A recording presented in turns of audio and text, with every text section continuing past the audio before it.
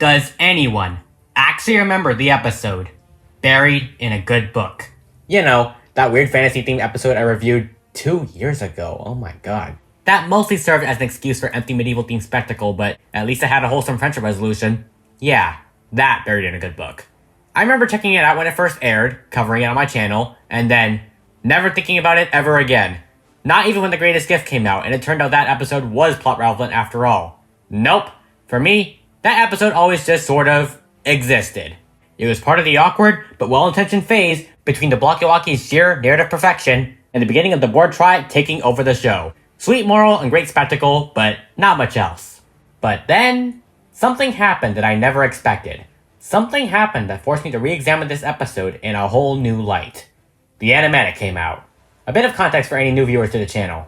Tired Tale got prematurely cancelled by Hasbro in 2024, and we're now living in the era of G5 leaks, a well-intentioned fan-driven effort to keep this generation going with official material that was never meant to see the light of day. And with The Greatest Gift being the final new animatic that was able to be released, as everything after this is just scripts, the Path to Skyward's release team were kind of forced to re-examine their strategy. And so, to keep the fans happy in between the extremely long waits for script adaptations, they decided, hey, let's release the original versions of older episodes. At least that's what I think happened. And well, this is where we're at. Buried in a Good Book is the second to last older animatic that was released for now, as they're probably on a break or something. And I am not kidding you guys, when I say this version of the episode feels completely different. And it all comes down to the cut content, which includes not only more scenes of the actual adventure in Questopia, but a full-on character arc for Misty as well. A character arc that she did not have in the original. Actually, I think this might be the original, and the final release is the... You know what, let's just go with the original. Thanks to these leaks, we can now analyze just how exactly details can change a story. Spoilers for the original animatic of Buried in a Good Book if you haven't seen it, but honestly, it's been months. You absolutely should. This video will be waiting for you once you do. Now let's get on to the video. Chapter 1. Misty's Character Flaw.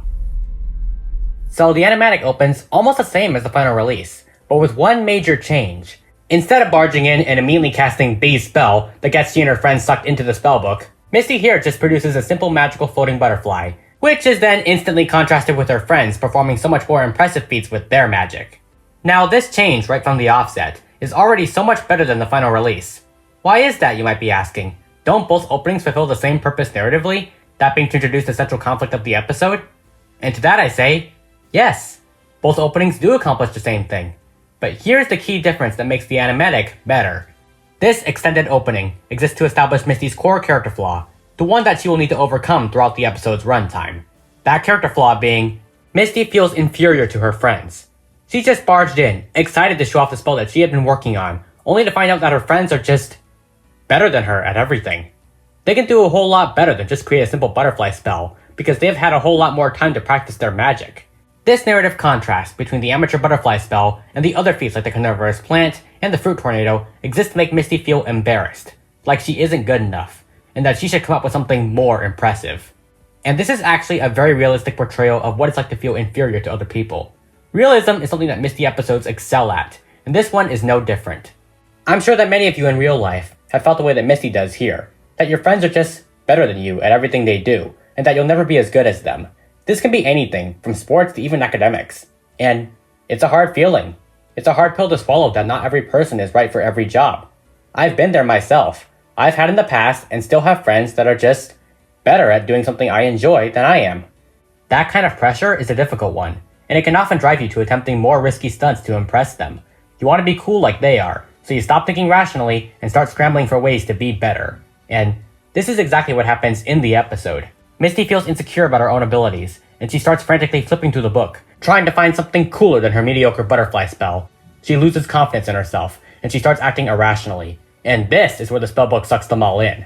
Already, we have so much more character right from the opening 1 minute and 10 seconds than we ever had in the final release. In the final cut, what is Misty's character flaw? Oh, I guess she just can't do magic right considering she immediately screws up. Yes, that's awesome. Misty sucks at magic, now everyone's trapped. Yay, conflict set up. Good job, guys. We did it. Yippee!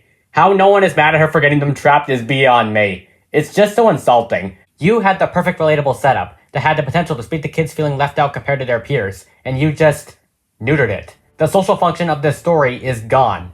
The final release's opening is so rushed and the pacing is so rapid that you just get the impression that the episode wasn't interested in setting up any sort of meaningful conflict at all. It had the main set piece it wanted to get to, and everything before that main set piece was just quickly going through the motions without understanding the nuances of what goes into setting up a good story. No deeper meaning and no character flaw for what should be the protagonist of this episode. But it turns out there was a personal conflict introduced. Misty did have a character flaw here, a really good one. It was just completely cut out in the final release. The entire heart, pun completely intended, behind the main plot is just gone. Butchered in the edit, because the final release prioritized getting to the main spectacle over the deep personal character arc that was intended to be conveyed through that spectacle. This extended opening scene introduces a much more natural continuation of that arc that began in Mysterious New Magic Room, where Misty is still not completely good at magic. She's still learning, but this episode acts as a natural progression of that storyline. And that's what makes this animatic already superior to the final episode. Chapter 2. Why Details Matter. The next big change in the animatic is the inclusion of more context behind the individual quests. Now, I just want to say that in this section, the exclusion of these little moments don't detract from the quality of the story anywhere near as much as leaving out Misty's character flaw. For the most part. There is one egregious exception that I will get into. But if we're talking about this section generally, if you have to cut things down for time, leaving out these moments is understandable. However, from a storytelling perspective, it is just better to have these moments in regardless, for reasons I will get into. I'll be talking about two parts of the episode here, those being Sunny and Zip's quests. With Sunny's quest, we actually get to see how our ponies find the sentient gingerbread house, and it actually has a very creepy atmosphere. The ponies walk through the woods and then stumble upon the abandoned house. And right off the bat, the inclusion of this moment allows for the audience to see more of this world. Like, you guys made a whole background for this scene, only to limit its usage to the actual fight in the final release. There's really good scene setting here, with the camera panning down from the tall, foreboding trees to the ground where our ponies are walking. It allows for the tone of the scene to be set effectively.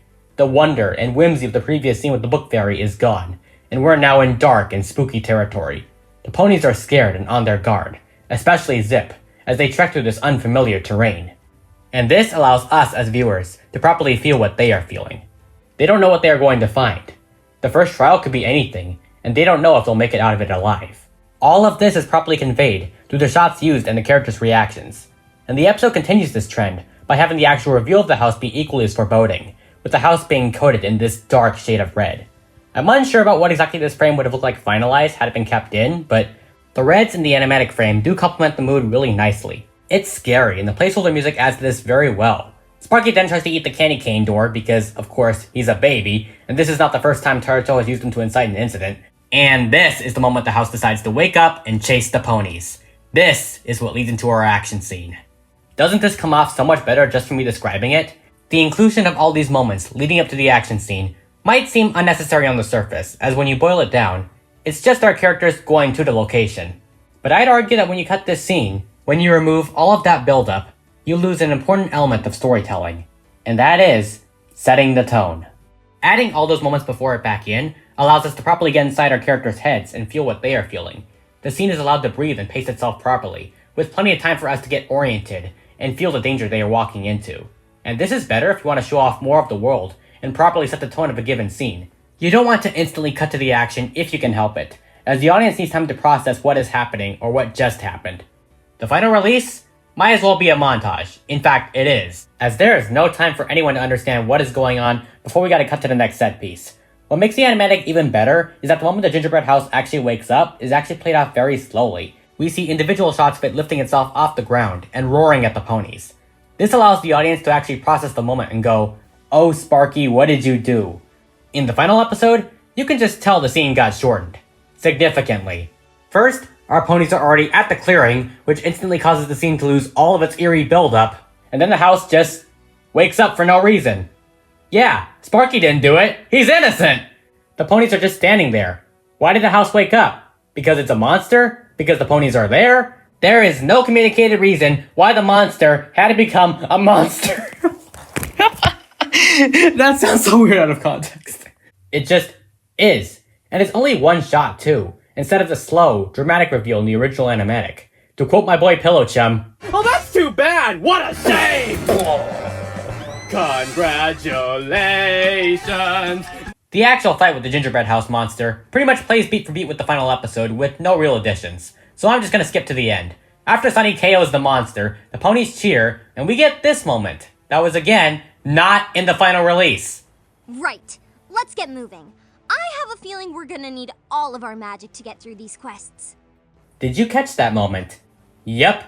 We get a close-up on Misty's face, where she again looks anxious about her own magic. This was a moment that was intended to progress her character arc in this episode. And it's a really good moment thematically. By seeing how good Sunny was at defeating the monster, Misty worries that she won't be good enough in comparison to help out. And it was once again completely cut out in the final release.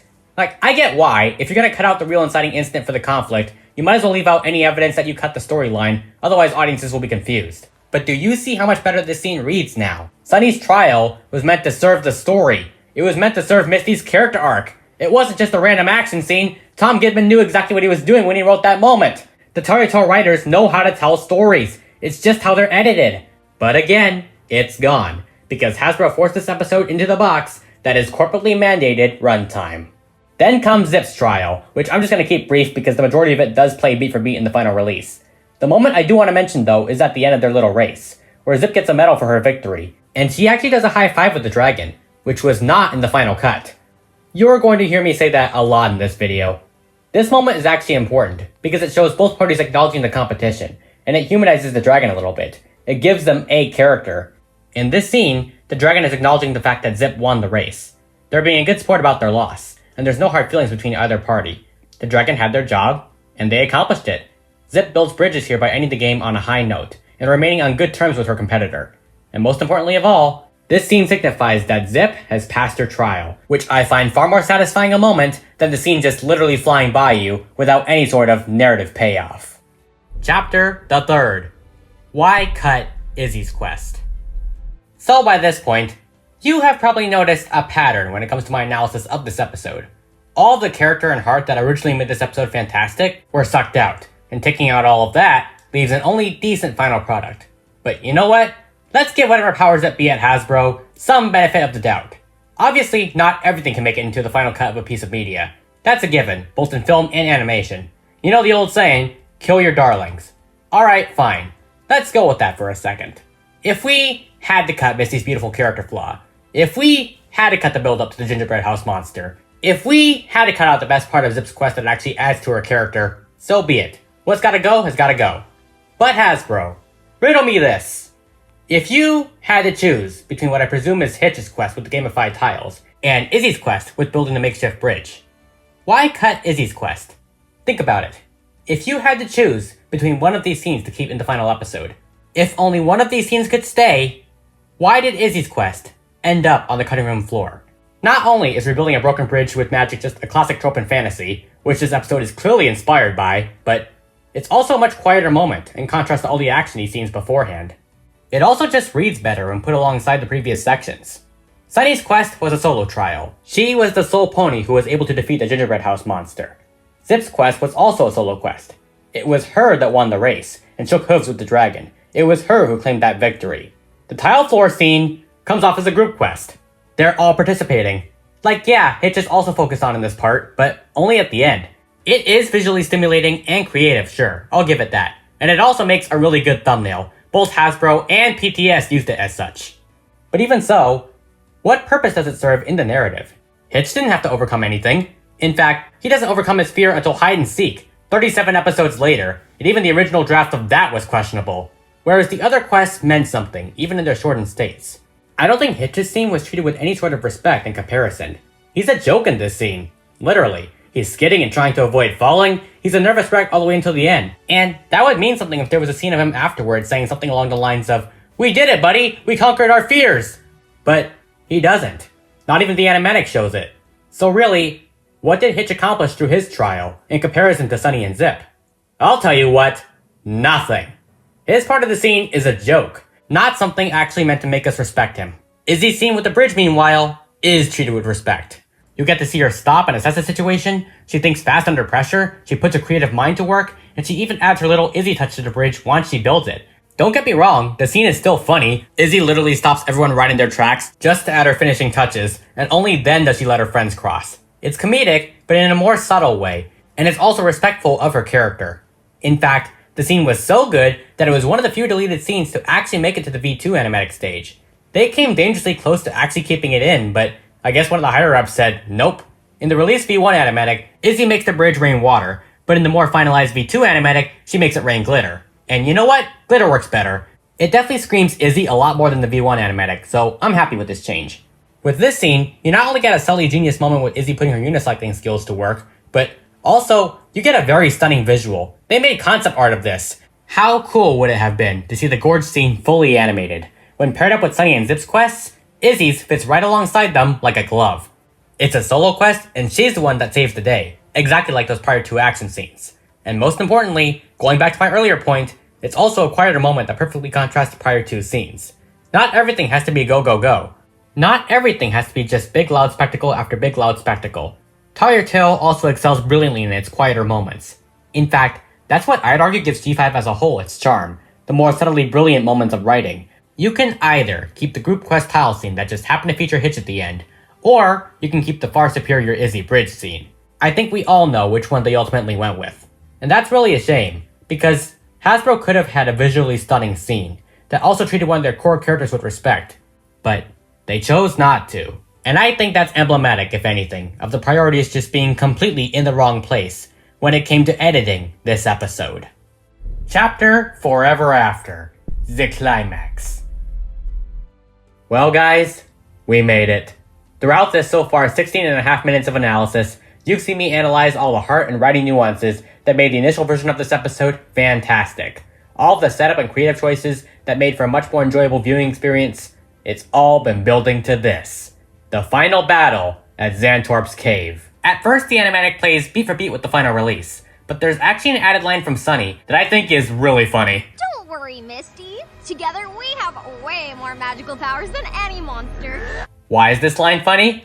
Well, it shows that Sunny is overconfident in this moment. She thinks she can take on Xantorp no problem. After all, she beat the Gingerbread House monster, and all the other quests were easy. Not to mention, she faced down Opaline and other Monster of the Week situations before. So, how hard can this be? How hard can one throwaway monster be? Oh! It was at this moment that he knew. See, this is why Sunny getting bodied is funny. In the final release, it just sort of happens because plot. But this one line reframes the context to, oh, you thought Xantorp would be easy? Sucks to be you. There's a bit of dark irony in that. Everything else more or less plays the same, until we get to Misty's part, which I find to be very fascinating from a psychology standpoint. Xantorp is heading straight for her, and she's rooted in place. She wants to flee, but it's like her body completely froze up in the face of confrontation. She cannot get herself to move. This is where I'm gonna have to offer a little throwback to an older video of mine. That video being the Understanding Misty Psychoanalysis video. I'm still so proud of that one, you guys. Being able to help other trauma survivors feel heard through Misty's story really meant a lot to me. It's still to this day one of my favorite videos, and probably even one of the best videos I've ever made in terms of social function. I did not expect that many people to really resonate with that video's theme. But anyway, I did some research into why Misty freezes up during this moment, and I actually found something really interesting. According to nationwidechildrens.org, freezing is a common reaction during trauma. Freezing can look like being unable to move, or even feeling numb. Many survivors report feeling disconnected from their bodies during an attack or abusive situation, as if they are watching the event happen to someone else. This is actually very interesting to read. Based on the text, it's reasonable to assume Misty suffered a lot of physical abuse under Opaline. Granted, we only see the emotional/verbal side of things throughout Make Your Mark. For the most part, does restraint count as physical? But this actually implies that Misty's been in these sort of attack situations before, hence why her brain automatically defaults to survival mode here. I find that to be a really fascinating glimpse into Misty's psychology, and it reframes her eventual Cutie Mark mantra moment as her having to mentally overcome her own fight-or-flight reflexes and stand up for herself in order to save the day. That's good! This moment once again shows just how realistic and well-written of a character Misty actually is.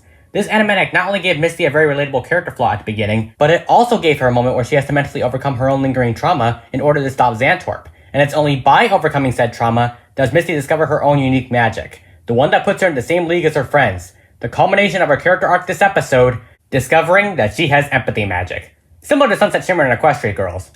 I have to ask, why cut this? Like, yeah, I know why, runtime and stuff, but come on. You cut out all the good stuff with Misty from a psychology standpoint. How is any of this supposed to read now? Don't get me wrong, in the final release, the moment is still epic. The slow building LP jingle in combination with the sound effects and Misty's speech, there's just something else about seeing it all finalized on screen. But at the same time, the moment is robbed of its context and thematic weight. Here it's just, oh, episode's almost over, better throw in a solution. In the animatic, this is the culmination of Misty's character arc, and her discovering her own unique magic through overcoming her trauma. Doesn't this make the moment so much cooler? I can't see this already epic moment the same way anymore. And you know what? That's a good thing. Misty then does the whole, maybe we can be your friends moment to Xantorp, but the shot is actually reversed in the animatic, this time being at a left angle instead of right. Huh, interesting. On to the ending. Chapter 5. It all makes sense now. For most of it, the ending does play shot for shot with the final episode, but there are a couple key differences. First, I do want to comment on just how much the whole thanks to some special magic from Misty line from Sunny makes a whole lot more sense now. Watching everything in context, including Misty's character arc, the resolution just hits a lot harder now. Because this whole episode was about Misty discovering what makes her special. It was about her finding her own unique path and fitting in with her friends.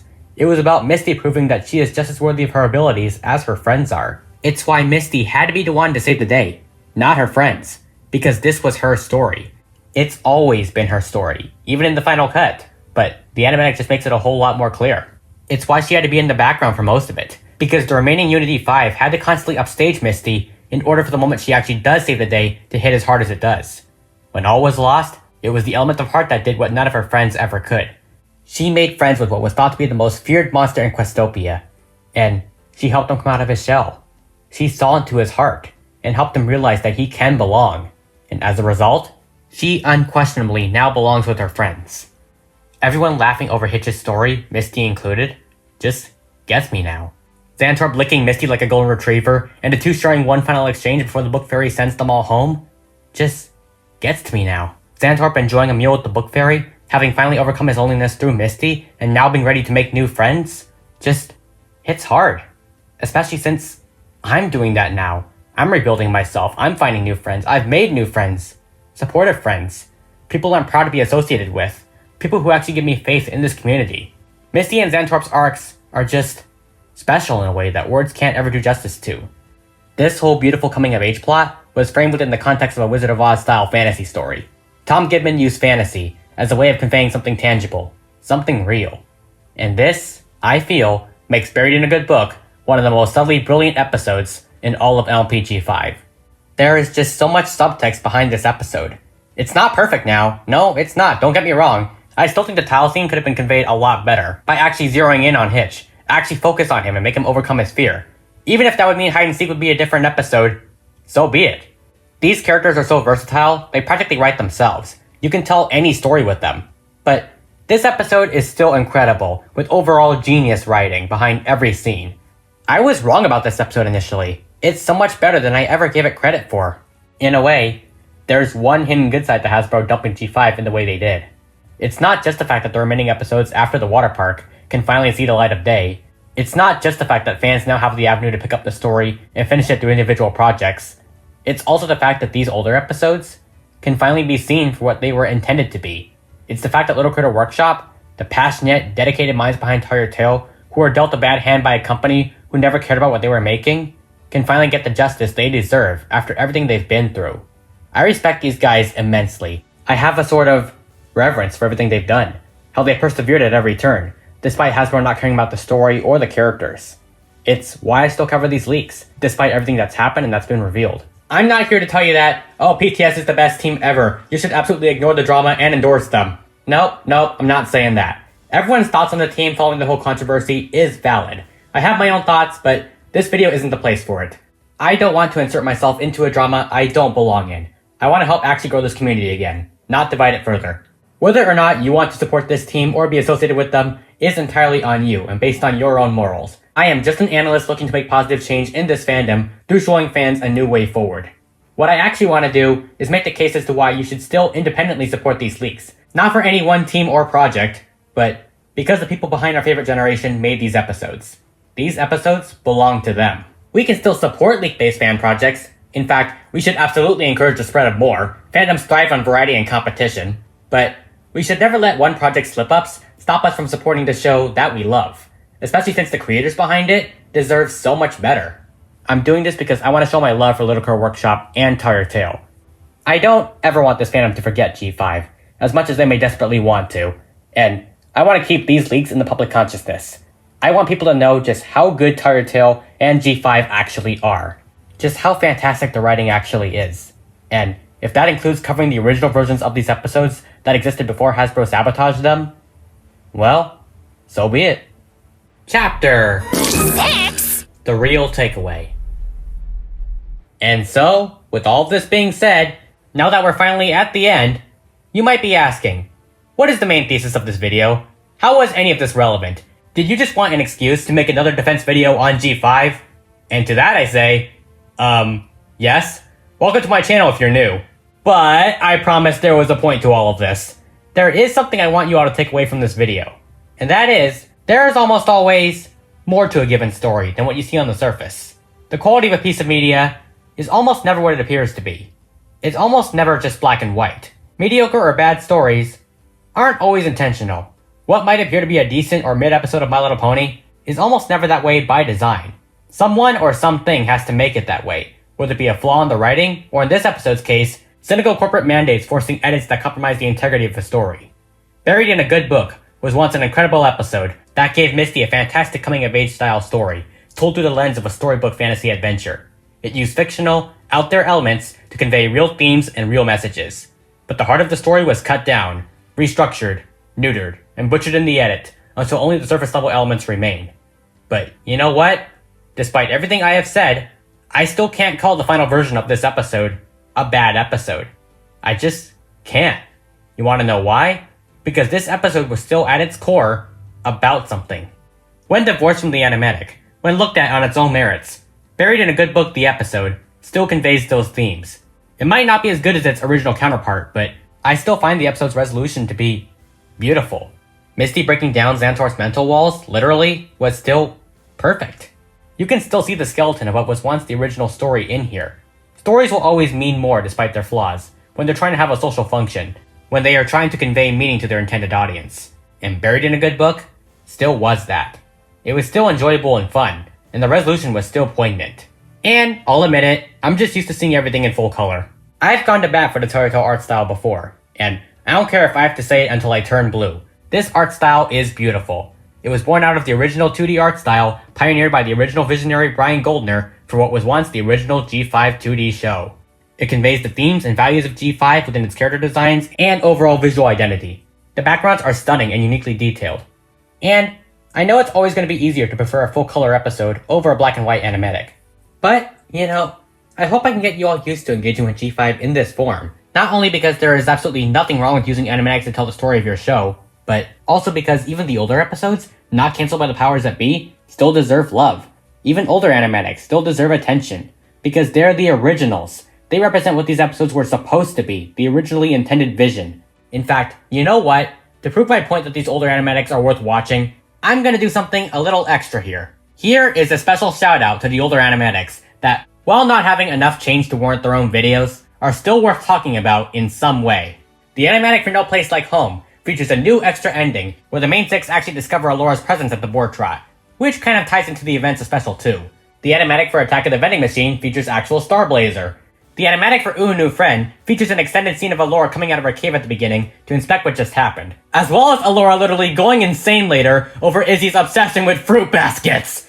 The animatic for Hall of Mirrors improves on almost every critique I have with the final episode, with there being an actual setup for the lesson Hitch has to learn, as well as dramatically improved pacing all throughout. Also, did I mention before that I love A Swing in the Misty's demo songs?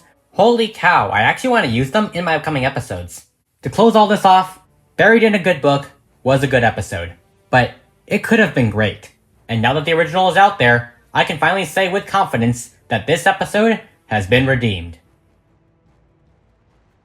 But, what do you guys think of the animatic for Buried in a Good Book? Have you seen it yet? Do you plan to? Do you like it? Hate it? Is it better or worse? Feel free to sound off in the comments below. As for me, well, I'm gonna go drink water. It's been a while since I've done that. Until next time, this is Hawk Nightwing signing out. Hoof to heart.